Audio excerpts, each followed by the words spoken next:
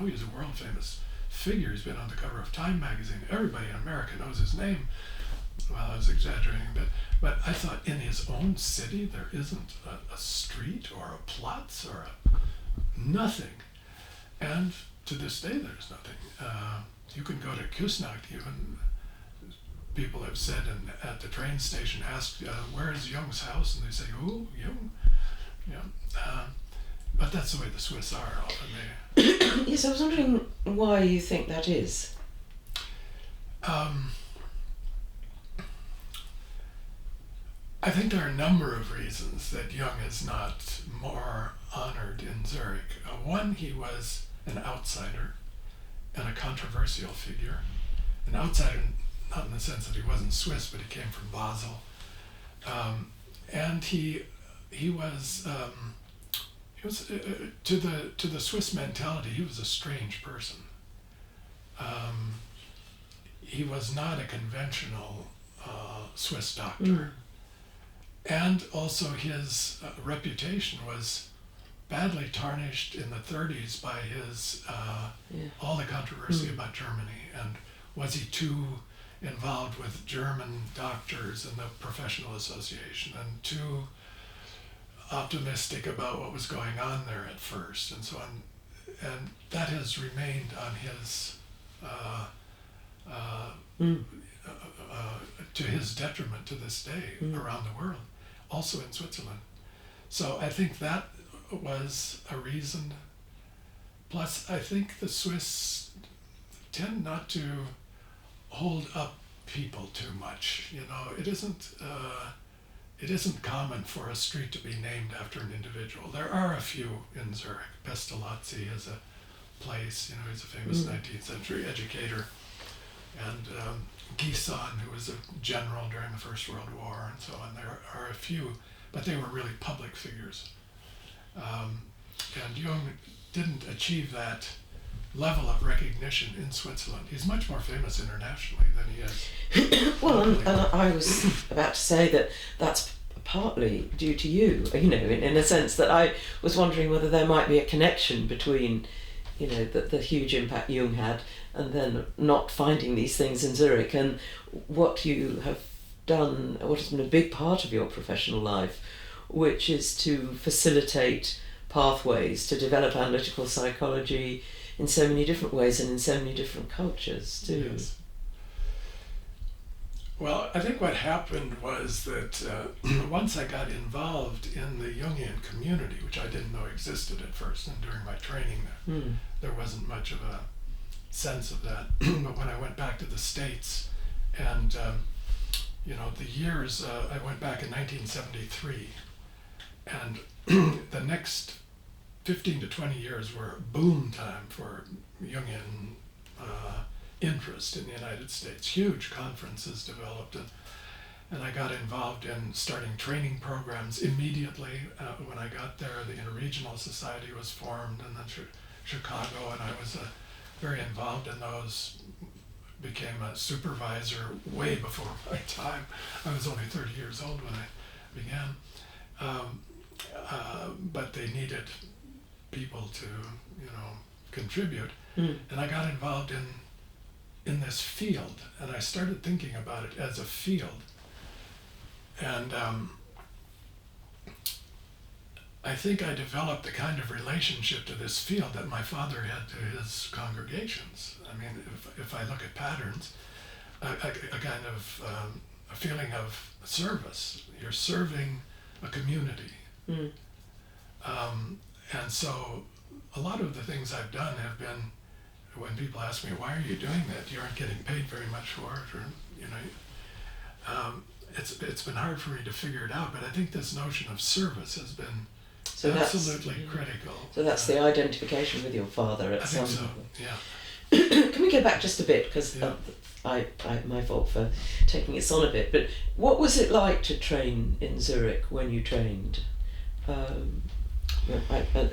What was important in analytical psychology then?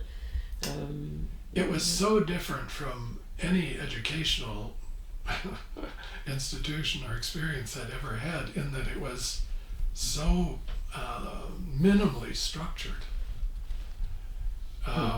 It was open. You could go to classes if you wanted to. If you didn't want to, the European university system, basically you have to take exams and pass the exams to go on. Plus the feeling that really the heart and soul of training is analysis. It isn't studying the books and taking exams and writing papers. It's your own personal work. That had never been considered in my educational experience. It wasn't a topic. And here it was the center. So the analytic work, and we all went to analysis twice a week was the standard. When I went and signed up for the training program, I asked for names of analysts. How do you make contact? So I got a list. And for those who spoke English fluently, there was a star beside their name, and I went down the list. And I saw a name, Richard Pope, star beside his name. I thought, that's an interesting name, I'll try that.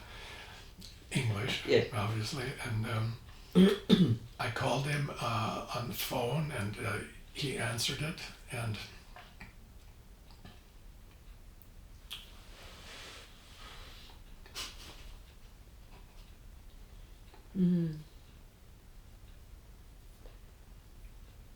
puts you in touch with something from that. Yeah. He was important persons for you. Yes. The analysts were the heart and soul of the training. I don't know if he was a great analyst, but I heard my father's voice.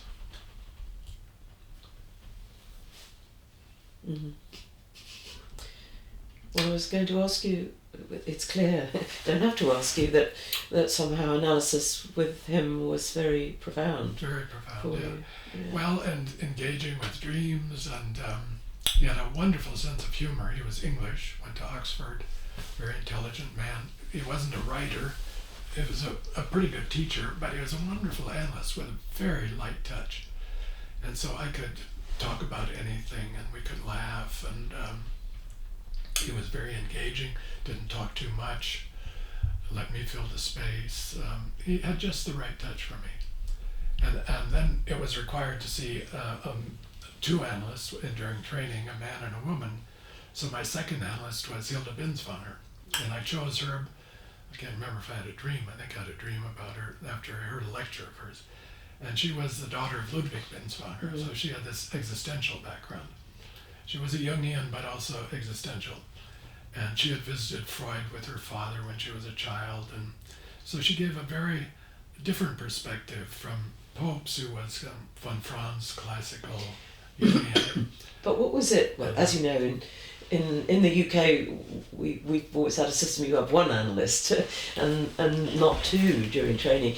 But given that the effect of Richard Pope on you, what did it feel like to be forced to change? I mean, well, by the time I'd had 2 years with him, I think I was ready to change, and I liked her. It was a very different kind of transference. I'd say it was, in a sense, it was a deeper transference. It was a mother transference. She wasn't a mother, literally. I don't think she ever married, but she had a very I don't know, welcoming and a kind of symbolic person. So I could enter into her world and imagine her life, and she shared memories and experiences with me, and we formed a very nice relationship. So it was a particular form of analysis, but you know. She was a mother and he was a father. Yeah. I mean, it was like that, yeah. And what did you broadly, what do you feel you got from your periods in analysis that you've taken forward? Well, a kind of connection to myself, you know, that I didn't and would have never had without analysis. I think you just delving into your own interior with somebody else who accompanies you, and you look at your history and your complexes in your shadow and your dreams, and I don't think I could have become nearly as productive and creative as I've been without that. Mainly, I think what it did at an early age, I was in my 20s and finished when I was 30, was that it opened me up to my feeling life, my instinctual life, that had never been considered. And that served me well in the long run. Not that I mastered it in any sense of the word at all, but it taught me a kind of awareness of inner process and openness to what emerges in oneself, and not rejecting what doesn't look very promising at first. And who were your teachers then? I mean, who was, because it was still it was only a little bit more than, well, shortly after Jung's death, really, a few years after. Yeah. So you didn't meet Jung? I didn't meet Jung. He died in 61, I came in 69, but there were people. Von Franz was at her peak. Yeah. And so she was one of your teachers? She was a lecturer. I had never heard much about her. I didn't know. I think I'd heard her name a few times. Maybe I'd read something. But I went to listen to a lecture of hers, a series, and I was just blown over. I thought, this is like listening to God speak. She knows everything. I mean, she was brilliant. She was lecturing on the Puer Aeternus. This is her famous Puer Aeternus book. And but I didn't want to, I don't know, she was too much for me to get very close to. And I was very satisfied with my analyst. And so I didn't do any personal work with her. The only personal contact I had with her was to edit one of her books, the Creation Myths book. And so we had some correspondence and exchanges. So I didn't really get close to her, but she was a significant teacher on the stage. Marvelous lecture, few notes. She would just speak. People would write down what she said, and they published books like that. That's where her fairy tale books came from, just spoken. And but I think Hillman was a very important influence as a teacher. Now, he had fallen into disgrace just about the time I got here, and he left for a year to the States. I think he had some teaching appointments at the University of Chicago and at Yale, and then he came back. He was in disgrace because? There was a scandal. He'd gotten involved sexually with one of his patients, and the husband found out and threatened a lawsuit, and he was fired from his job at the Institute, and it was a huge scandal, and he paid a dear price for that in Zurich. But he came back, and he came back with Spring Journal from New York, which Spring Journal had started in New York in the 50s, I think, and they gave it to him, or he bought it, and he brought it back, and I went to work for him. I became his general manager for Spring Publications. And he was lecturing at that time, and he was developing, it was very exciting, developing archetypal psychology. And I wrote my first papers sort of under his umbrella influence, and he published them in Spring Journal. And what were they?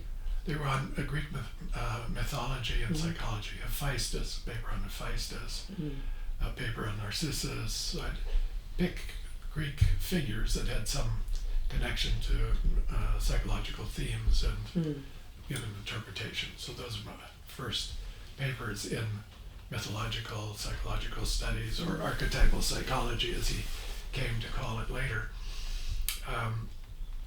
So he was a very important teacher. Barbara Hanna was a teacher at that time, and she was told wonderful stories about Jung. She had accompanied him on all kinds of excursions and trips. She knew him very well, knew Emma, knew their family. And so her lectures would always be filled with examples from Jung said this to me, and then he did that. And she would say things like, Well, when Jung got angry at me, and Jung had a terrible temper, people often complained about it, he would get angry at me, but I always knew after it all blew over that it was for my own good. He was teaching me with his anger. Yeah. So Yeah. we got that version of Jung. And she wrote a wonderful memoir about Jung, Jung, His Life and Times. It's a classic. So she was a teacher. Yolanda Jacobi was still teaching at that time. Mario Jacobi was just beginning. Mm-hmm. He had graduated a few years earlier, but he was a up-and-coming star. Guggenbuhl was teaching at that time. Mm-hmm. I did supervision with Guggenbuhl.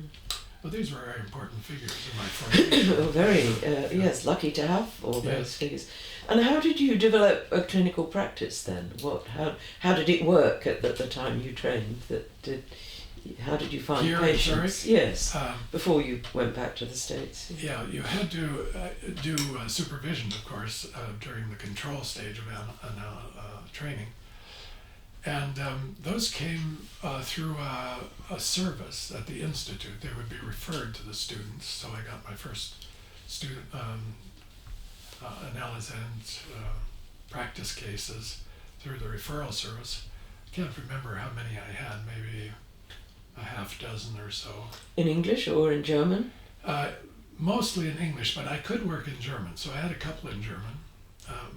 We spoke German at home when I grew up. My father and mother. Yes, so you had a feel for it. I had a feel for the language, yeah, and I studied it in college, so German was not too difficult for me. So I had a couple of Nalazans in German, the rest in English. One was a mathematics student at the university here, American, who was doing postgrad work. I think he was my first one, and we stayed in contact for many years. I've lost touch with him now. I think he may have retired and had a problem with dementia or something in his later years. But we stayed in contact for a long while, became friends after a while. That's how, and there is a student referral service now at ISAP as well. And a lot of students benefit from that. They get their practice cases through the referral service. And if you stayed long enough, then word of mouth, then it would start. So how many years were you in Zurich? 4 years. 4 years. Yeah. And was it always your intention to go back to the States? Yes, because another chance encounter, when I came at the opening tea in the first year, the semester would open with a tea, a reception, new students and analysts would be there. And I was there as just a beginner, and a friend of mine from Yale had come over too, and he was just going to spend a semester or two. And there were a couple of very attractive girls at the tea, and he made their acquaintance. I was married, so I stayed away. One was too beautiful. She was a model from Paris, and the other one was from a very wealthy family in Texas. And he made their acquaintance, and through him, they learned that I would probably be needing funds to complete my training. I came over here in a shoestring. I didn't know how I would do it. I figured it'll work out somehow. So through that Texas girl, the Houston Jung Center arranged to pay me a stipend, a monthly amount of money. If in exchange for that, when I finished, I would go to Houston and teach at the Jung Center and start my practice there. So it was agreed from very early on that I would end up in Houston. And that was a windfall for me because it made training much easier. It didn't quite cover all the costs, but a large part of it. And for the rest, I found jobs like working for Hillman and so on. And I taught at the American High School for a year, English. But I kind of looked forward to going back. I think if I could have stayed in Switzerland, I would have. I really loved it here.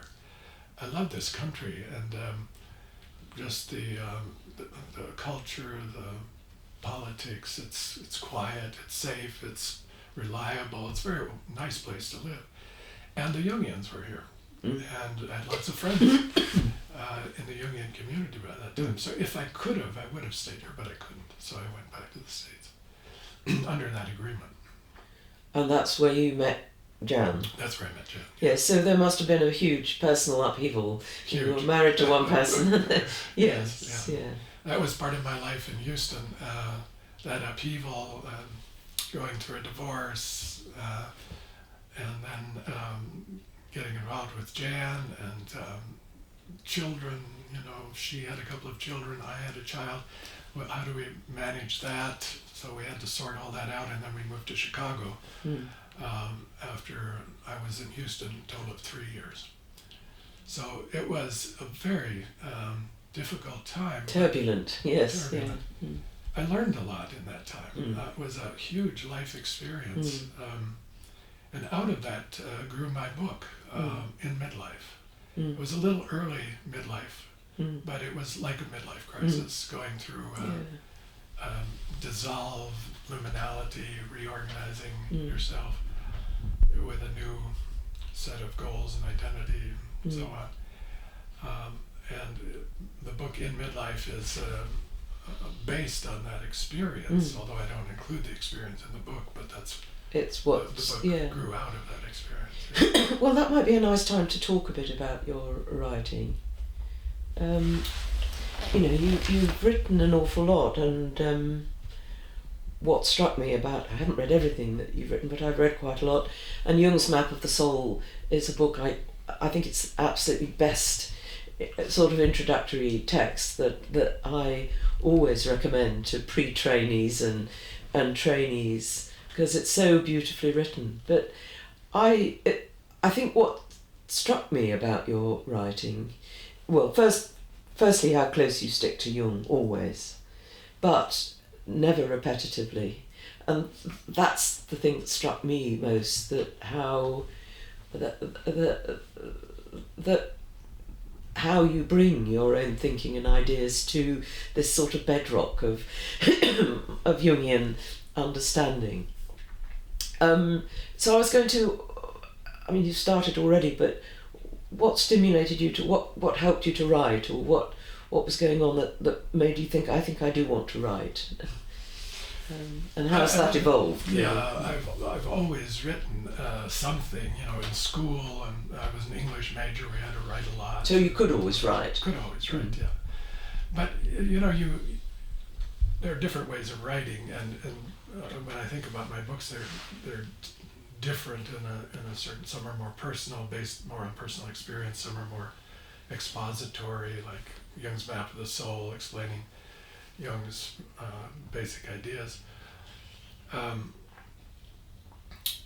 But writing at first was, as it is for almost everybody, it's difficult. You have to learn how to write. It's not a natural gift. You're a singer, you have a good voice, but you have to train it, you have to work hard at it. Yeah. And writing's like that until you hit a stride where it does come easier, and you know what you sound like, you know what your sentences, there's a kind of musicality that's specific to an author, and that takes a while to get to. I had a few crises in writing, and one of them is, I'll never forget, I wrote a piece, one of the first books I created was Jungian Analysis, and it was a compilation of essays by many analysts from the United States. And I wrote the introduction, and we all sent our chapters to an editor, and I got my chapter back with comments. And the editor said, this author, I think they didn't know who the authors were, this author needs to go back and learn how to write. He should read Strunk and White. Now, Strunk and White was a book I read in high school. It's called The Elements of Style. It's a great teacher for writing clear English sentences. And I had made mine way too complicated and convoluted, and this editor couldn't understand what I was trying to say. It was opaque. Go back to Strunk and White. So I did. And from that, I got a very strong feeling for what clear writing is. If I can't understand my sentence, others aren't going to understand it either. So I tested on myself. I will say it out loud to myself, or if I have any question, I'll look up something, but I want clarity. And I think many people have told me that my writings tend to be clear, and I strive Yes. for clarity, because I think I basically want to communicate clear messages that can be understood by people who aren't overly, let's say, sophisticated or knowledgeable about the field. When I wrote my book, Jung's Treatment of Christianity, however, which was my doctoral dissertation at the University of Chicago, so some of my books have been written on demand. I had to write the dissertation and then I rewrote it for publication. But I sent it to my mother and she commented on it, well, I hope someday you'll write books that people really can read. Well, that must have been very upsetting, wasn't it? Yeah, it was too much for her, I guess. It was a doctoral dissertation and it was, kind of steeped in academic jargon a bit, although I don't think it reads too badly. But so writing has been a very important part of my career as a Jungian analyst, and it's been a wonderful field to write for. The Jungian field has been very receptive. I mean, some fields are crowded, there are too many people, it's gone in directions that you can't relate to anymore. English studies, English literary studies are not to my taste at all anymore. I can read Bloom and people of that generation, but when it got into postmodernism and deconstructionism and all that, to me it's an exercise in futility. It's silly, as Bloom thinks too. It's nonsense, but it's a kind of game that people are playing with literary texts. But Jungian psychology was this open field, and people were very receptive to receiving books and articles, and then I started a publishing company, and That's Chiron. that's Chiron, yeah, and that was to publish the Ghost Ranch lectures. We had these Ghost Ranch conferences every year, and we started this publishing company to publish them, and then it grew into a much wider. And how have your areas of interest that you write about changed? I mean, you talked about midlife, but that was obviously based on a sort of personal upheaval. But